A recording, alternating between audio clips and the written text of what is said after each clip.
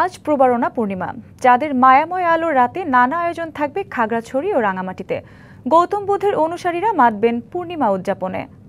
এদিকে প্রবারণা পূর্ণিমা উপলক্ষে সকাল থেকে খাগড়াছড়ির ধর্মপুর আর্যবন বিহার, গোলাবাড়ি আর্য অরণ্য ভাবনা কুঠির, অংড বৌদ্ধ বিহার সহ বিভিন্ন বৌদ্ধ বিহারে রয়েছে ফুল পূজা, বুদ্ধ পূজা। এই আয়োজনে বুদ্ধের অনুসারীরা দেশ, জাতি ও জগতের সব শ্রেণীর মঙ্গল কামনা করেন। মূলত আষাঢ়ী পূর্ণিমা থেকে আশ্বিনী পূর্ণিমা পর্যন্ত ৩ মাস বর্ষাবাসের পরে প্রবারণা পূর্ণিমা পালন করে থাকেন গৌতম বুদ্ধের অনুসারীরা।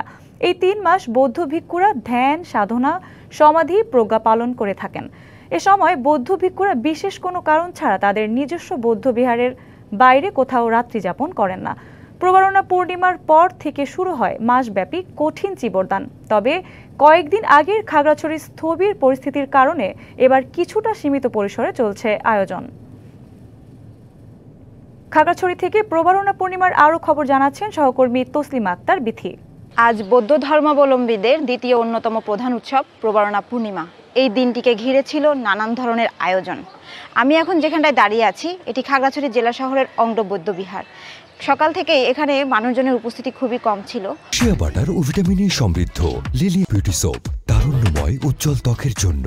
রিমার্ক সৃষ্ট এই পরিস্থিতিকে কারণ দেখিয়ে মানুষজন এখানে আজকে আসেনি অন্য দিনের মতো। অন্যান্য বছরগুলোতে যেভাবে এখানে পালন করা হতো, মানুষজন এই সময়ে জাঁকজমক থাকতো, তবে খুবই কম পরিমাণে মানুষ এখানে আসা যাওয়া করতেছে। মূলত যেই ঘটনাকে কেন্দ্র করে এত কিছু, যার ফলে এখানে মানুষজনের উপস্থিতি অনেক কম। শুধুমাত্র ধর্মীয় রীতিনীতি অনুসারে যা পালন করার দরকার তা পালন করার লক্ষ্যেই এখানে আজকে মানুষজনের সমাগম বেলা বাড়ার সাথে সাথে হয়তো দেখা যেতে পারে। এবং এই দিনটিকে ঘিরে তারা বিভিন্ন ধরনের ব্রত করে থাকেন, বিভিন্ন ধরনের আয়োজন করে থাকেন। সন্ধ্যার দিকে ফানুস উড্ডয়নের কথা রয়েছে, বিহারে বিহারে হাজার প্রদীপ প্রজ্বলন, বিভিন্ন কিছু কথা রয়েছে। এবং বৌদ্ধ ধর্মাবলম্বীরা দেশের সকলের মঙ্গল কামনা করে থাকেন এই দিনে।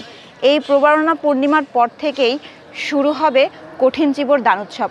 তবে প্রত্যেকেই চায় আজকের মতো কিংবা বিগত বছরের মতো এই শুনশান নীরবতায় যেন তারা আর পালন না করে এবং আগামী বছরগুলোতে জাঁকজমকপূর্ণভাবে তাদের এই প্রবারণা পূর্ণিমা সহ বিভিন্ন ধরনের উৎসব ভালোভাবে পালনের প্রত্যাশা করেন। এই ছিল খাগড়াছড়ি থেকে সর্বশেষ।